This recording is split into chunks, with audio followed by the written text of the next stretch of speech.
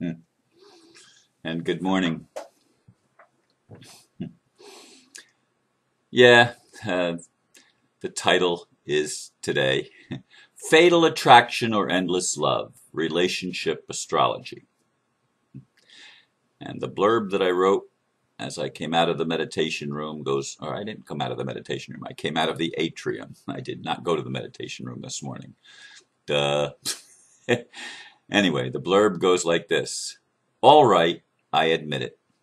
I'm becoming more and more consumed with the prospect of actually meeting my spiritual partner face to face as we get to know each other more and more through conversation.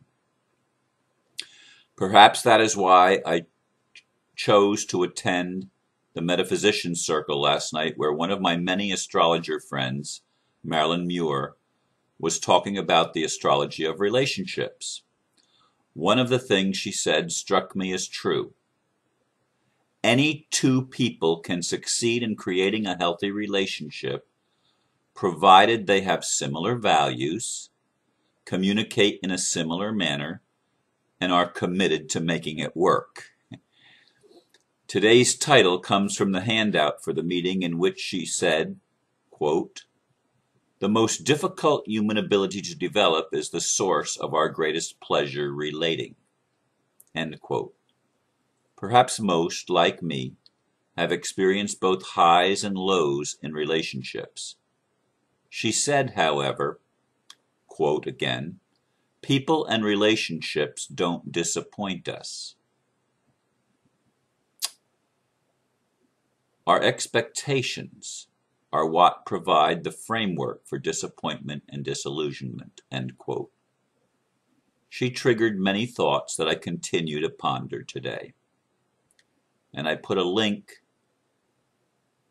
in the blurb to, it's not her website. I couldn't, if I'd looked longer, I probably could have found her website, but she's an author in addition to being an astrologer, and one of her books is entitled Presidents of Hope and Change, in which she featured Jefferson, Lincoln, Kennedy, and Obama.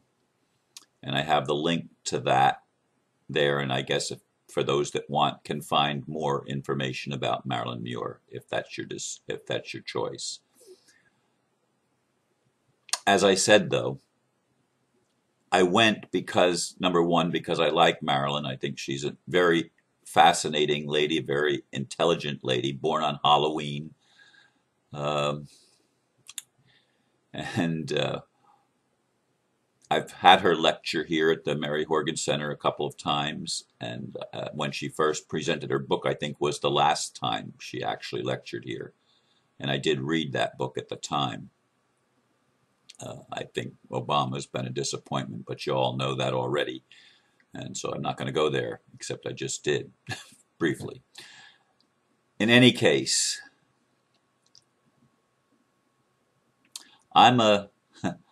she was talking about astrology, so I'm a Libra on the cusp of Scorpio with a Virgo moon and Cancer rising.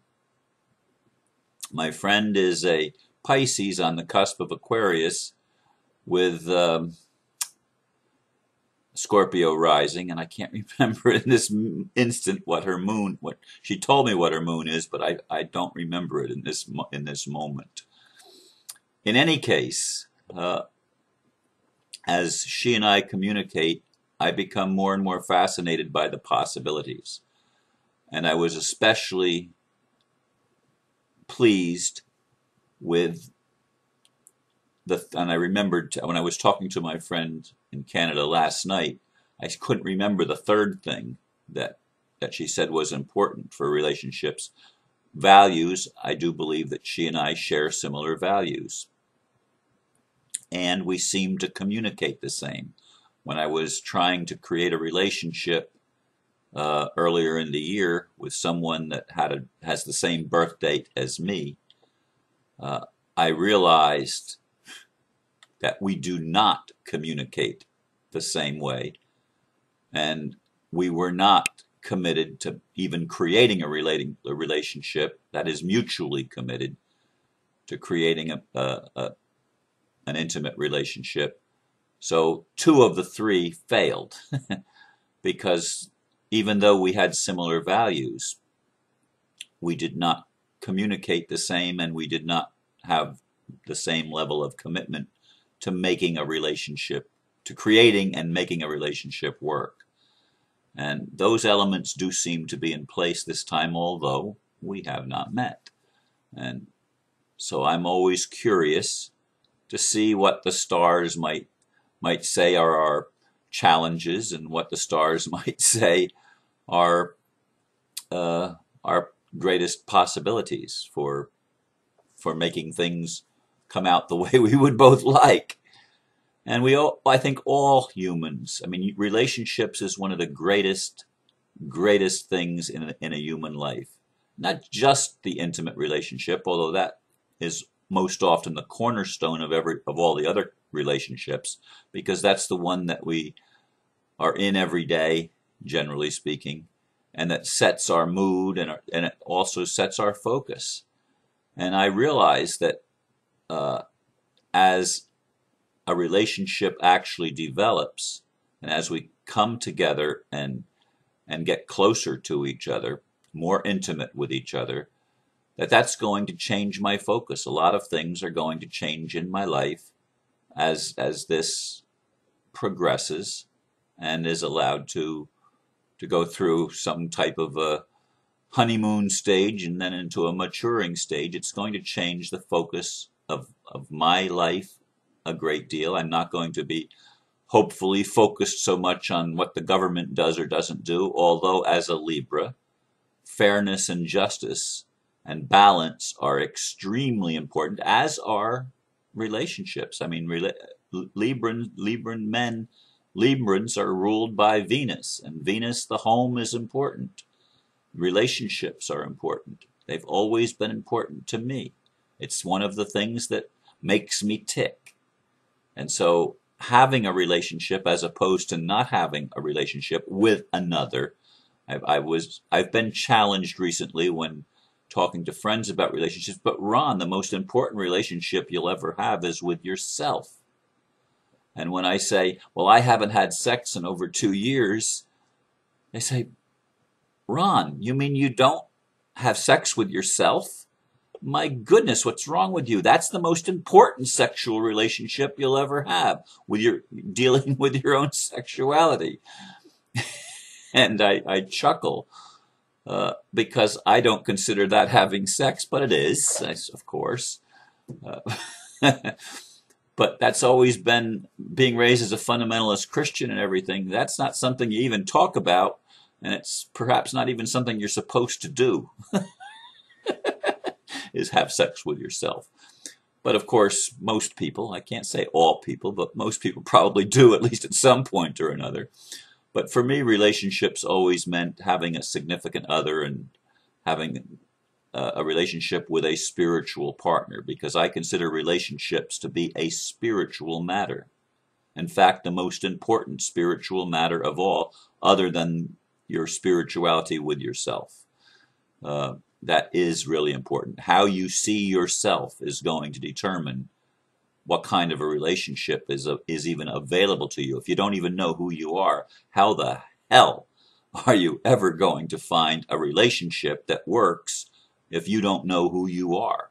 You're just allowing the external world to act on you rather than being able to act from the core of your essence, the core of your being, and creating something because it's what you really want. It's what really makes you tick. And as Marilyn said last night, she said we throw 20-year-olds, generally speaking, on average, into a relationship when they might be 21 or 22 years old. They don't even know who they are, and we're expecting them to commit to each other for the rest of their lives.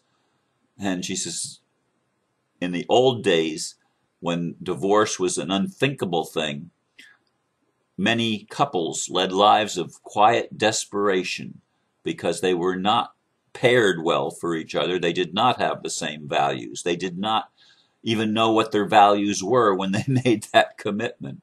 And yet here they are, thrown into a relationship, raising children often, and they don't even know who they are, and they're discovering who they are, and they realize as time goes on that he has certain values and she has other values, and they are not compatible values. I remember one lady said to me, but well, the one that said, you want to fly and I'm not ready to fly yet. She recognized that her values, she was much more materialistic than I am. Her values were different than mine. And another said, spirituality is really important to you. It's not as important to me. So you really deserve to have someone that spirituality is important. These are factors that weigh into relationships. And in talking to people throughout my life, relationships is one of the biggies. I mean, finances, relationships, they're two big things in this world, really big things in our human experience. And so we're all interested in how we can relate to others. As Marilyn said last night, some people have been so disappointed and so disillusioned by relationships that they've become accepting of the fact that, well, I'm going to be alone for the rest of my life. And they're no longer looking. And even when I wasn't looking, I was looking, because relationships are important. I just wasn't focused so much on them at certain times in my life. Anyway, these are my thoughts today, and I don't know if it's going to be helpful, what I shared with any of you, but it was helpful for me to just hear some of the things that Marilyn suggested last night, and I'd be interested in hearing from some of my other astrology friends what your thoughts are with a match between a Libra man born on the cusp of Scorpio and a Pisces woman born on the cusp of Aquarius. I'd be interested. What do you think? Not that it's going to make a difference, but it's something to reflect upon. It's something that is of interest to me, and I'm sure it's of interest to my lady friend in Canada, who you may get to meet sometime within the next month or so. At least I'll say her name, which I haven't been. Very few people actually know her name. Very few people in my life actually know her name yet. And yet we've been communicating in depth for over a month now. Was it April 17th, I think, is when we began our communication.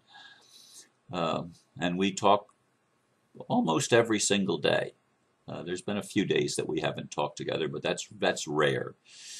Anyway, that's my talk for today, and I hope to encourage you with this.